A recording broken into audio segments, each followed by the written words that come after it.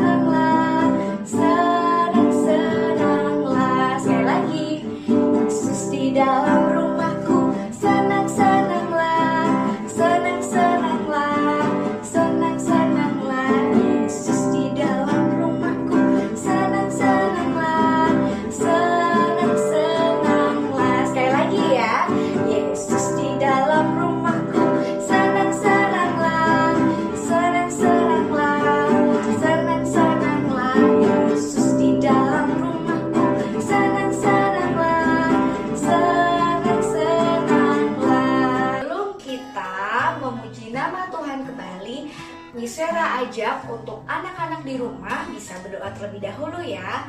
Sekarang kita mau lipat tangan, kita mau tunduk kepala dan pejamkan mata. Sudah siap semuanya? Oke. Terima kasih Tuhan Yesus untuk hari ini. Tuhan, sekalipun kami ibadah di rumah, namun kami masih tetap bersuka cita. Tuhan, kiranya Tuhan berkati ibadah kami dari awal hingga akhirnya. Di dalam nama Tuhan Yesus kami berdoa. Amin. Di rumah, sekarang waktunya untuk kita memuji nama Tuhan lagi. Nah, sebelum kita memuji nama Tuhan, Miss Vera mau tanya anak-anak di rumah, ada yang tahu nggak ya kira-kira kasih Tuhan Yesus itu setinggi apa ya? Setinggi langit? Pasti lebih tinggi dari langit. Nah, kasih Tuhan Yesus kira-kira sedalam apa ya? Kasih Tuhan Yesus itu lebih dalam dari lautan. Oke, sekarang waktunya kita memuji nama Tuhan setinggi-tingginya langit. Bangkit berdiri ya. Ikutin Miss Vera.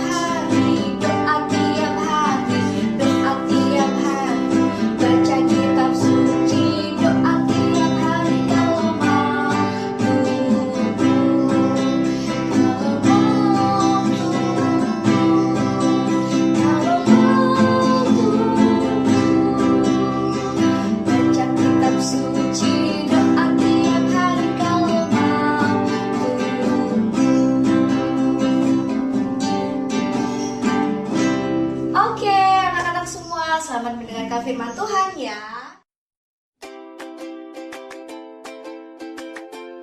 Halo adik-adik, apa kabar? Semoga semua dalam keadaan baik-baik ya. Nah adik-adik, hari ini Kak Cece mau bercerita. Tapi sebelum bercerita, kita harus berdoa dulu. Nah kalau mau berdoa seperti apa? Duduknya yang manis, tangannya dilipat, matanya ditutup. Oke? Nah sekarang kakak pimpin doa ya. Mari kita berdoa. Tuhan Yesus yang baik, terima kasih untuk segala berkat-Mu hari ini. Hari ini kami mau mendengarkan firman-Mu. Kiranya Engkau mau membuat kami duduk diam dan mendengarkan setiap firman-Mu. Terima kasih Tuhan Yesus. Amin. Nah adik-adik sudah siap mendengarkan cerita? Nah sebelum mendengarkan cerita, ayo adik-adik duduk yang manis biar bisa mendengarkan cerita dengan baik.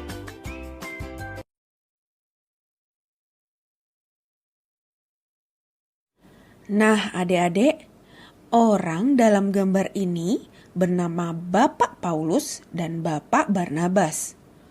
Mereka berdua dipilih oleh Tuhan untuk memberitakan firman Tuhan ke daerah-daerah lain di luar Israel. Tuhan Yesus sayang semua orang. Makanya Tuhan ingin banyak orang bisa mengenalnya dan percaya kepadanya. Oleh karena itu, supaya firman Tuhan bisa disampaikan kepada banyak orang, Tuhan memilih Pak Paulus dan Pak Barnabas. Maka Pak Paulus dan Pak Barnabas pun segera bersiap-siap untuk pergi ke tempat yang ditentukan oleh Tuhan. Adik-adik, Tuhan menyuruh Pak Paulus dan Pak Barnabas ke sebuah tempat bernama Pulau Siprus. Nah, ketika mereka sampai di sana, Pak Paulus dan Pak Barnabas berkenalan dulu dengan beberapa orang. Setelah itu, Pak Paulus dan Pak Barnabas mulai bercerita tentang Tuhan Yesus. Mereka bercerita bahwa Tuhan Yesus itu baik, sebab Ia mau mati untuk manusia. Mereka juga mengajarkan tentang ajaran-ajaran yang pernah Tuhan Yesus sampaikan. Wah, banyak orang tertarik mendengar cerita mereka. Mereka belum pernah tahu tentang Tuhan Yesus yang baik itu. Nah adik-adik, ternyata tidak hanya orang biasa saja yang tertarik mendengar cerita tentang Tuhan Yesus. Gubernur di Pulau Siprus, yaitu Bapak Sergius Paulus, juga tertarik mendengar firman Tuhan yang disampaikan Pak Paulus dan Pak Barnabas. Maka Bapak Sergius segera menyuruh orang untuk mengundang mereka. Wah, tentu saja Pak Paulus dan Pak Barnabas senang sekali mendapat undangan tersebut. Mereka segera pergi bertemu dengan Bapak Gubernur Sergius. Setelah sampai di tempat gubernur, Pak Paulus dan Pak Barnabas segera menceritakan tentang kasih dan kebaikan Tuhan Yesus. Gubernur pun mendengarkan baik-baik dan mulai percaya kepada Tuhan. Namun, belum lama Pak Paulus bercerita, muncullah seorang tukang sihir bernama Elimas. Dia sangat tidak suka mendengar cerita tentang Tuhan Yesus. Elimas juga tidak suka kalau Gubernur Sergius sampai menjadi percaya kepada Tuhan. Oleh karena itu, dia berusaha melawan perkataan-perkataan Pak Paulus. Dia juga menceritakan hal-hal bohong agar gubernur membenci Tuhan Yesus. Tapi tahu nggak adik-adik? Mendengar perkataan-perkataan Elimas itu, tentu saja Pak Paulus tidak tinggal diam. Pak Paulus berkata kepadanya, "Hai Elimas, engkau penuh dengan kebohongan dan kejahatan. Sekarang lihatlah, Tuhan akan membuatmu menjadi buta. Selama beberapa hari, engkau tidak akan bisa melihat." Saat itu juga mata Elimas menjadi buta.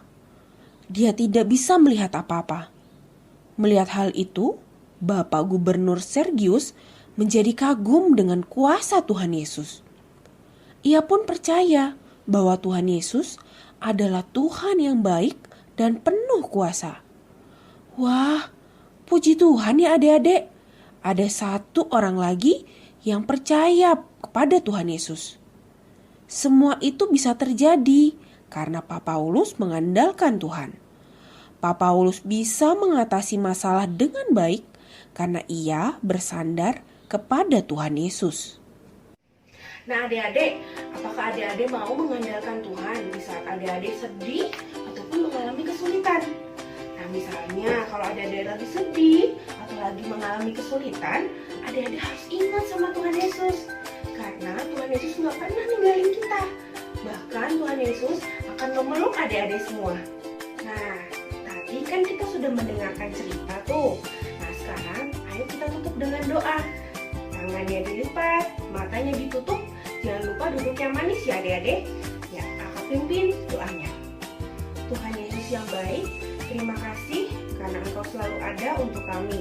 Terima kasih juga untuk segala kebaikan-Mu di dalam kehidupan kami. Tuhan Yesus, ajar kami untuk selalu mengandalkan Engkau dalam setiap kegiatan kami. Tolong kami ya Tuhan. Terima kasih Tuhan, di dalam nama Yesus Kristus kami berdoa. Amin. Nah adik-adik, sampai di sini dulu ya sekolah minggu hari ini. Nah jangan lupa untuk selalu mengandalkan Tuhan.